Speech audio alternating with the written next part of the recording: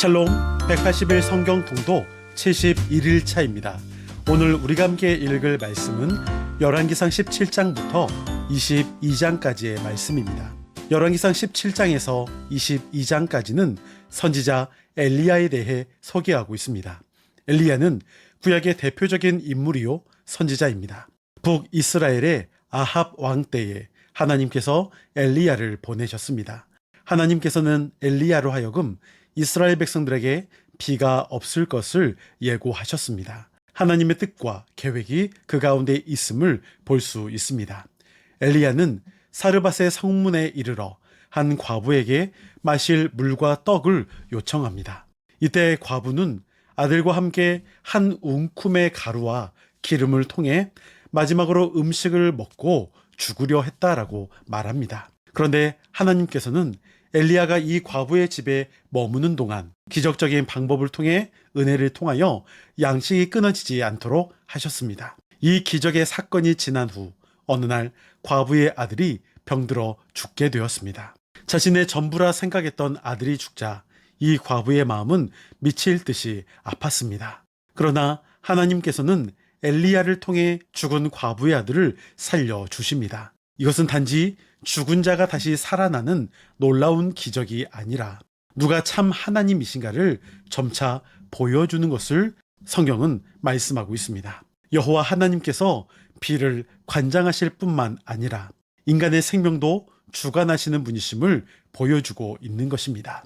그리고 엘리야 하면 가장 유명한 사건인 갈멜산 사건이 드디어 나타납니다. 엘리야는 바알과 아세라 선지자 850명과의 대결을 제안합니다.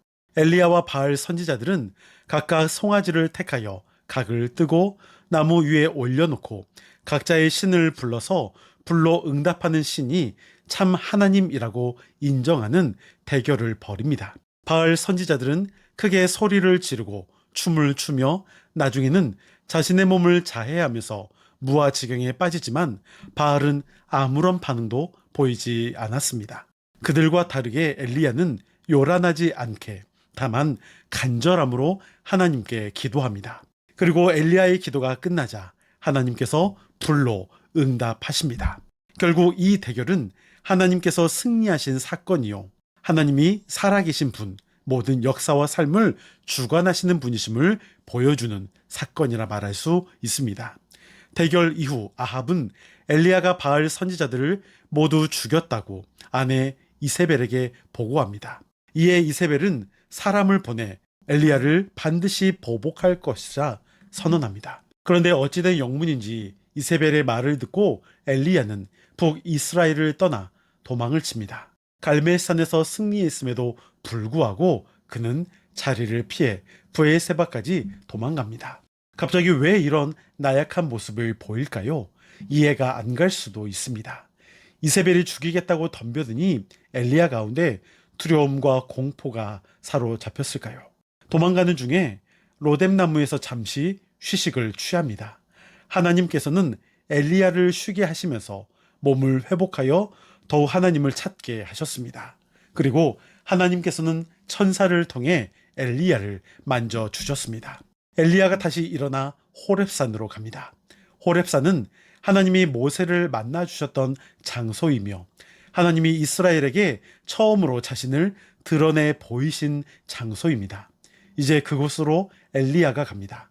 그리고 그곳에서 엘리야는 두 번째 사명을 받았습니다. 그 어떤 상황에서도 무릎 꿇지 않고 믿음을 지키며 살아갈 사람들이 분명 남겨져 있음을 보여주셨습니다. 우리도 엘리야처럼 때로는 많은 사역에 힘들고 어렵고 또 영적 침체에 빠질 때가 있습니다. 그런데 엘리야를 회복시키시고 다시 소명을 주신 하나님께서 우리도 회복시키시고 다시 힘차게 일어나게 하실 것을 믿습니다.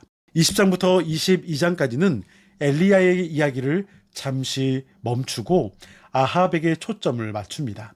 여기서 아합은 시리아, 아람 사람들과 계속적으로 전쟁을 하고 있으며 21장에서는 아내 이세벨과 함께 나봇의 포도원을 취하는 악한 행동을 일삼게 됩니다. 아합과 이세벨은 종교적으로 부패한 사람들이요, 사회적으로는 자신들의 권력을 이용해 살해하거나 남의 재산을 빼앗는 악랄한 자들이라 말할 수 있습니다.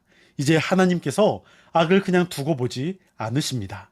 그들을 심판하심으로 하나님의 공의를 나타내십니다. 이제 내용을 기억하시면서 열왕기상 17장부터 22장까지의 말씀을 들으시겠습니다. 여러분, 오늘도 승리하시고 평안하세요.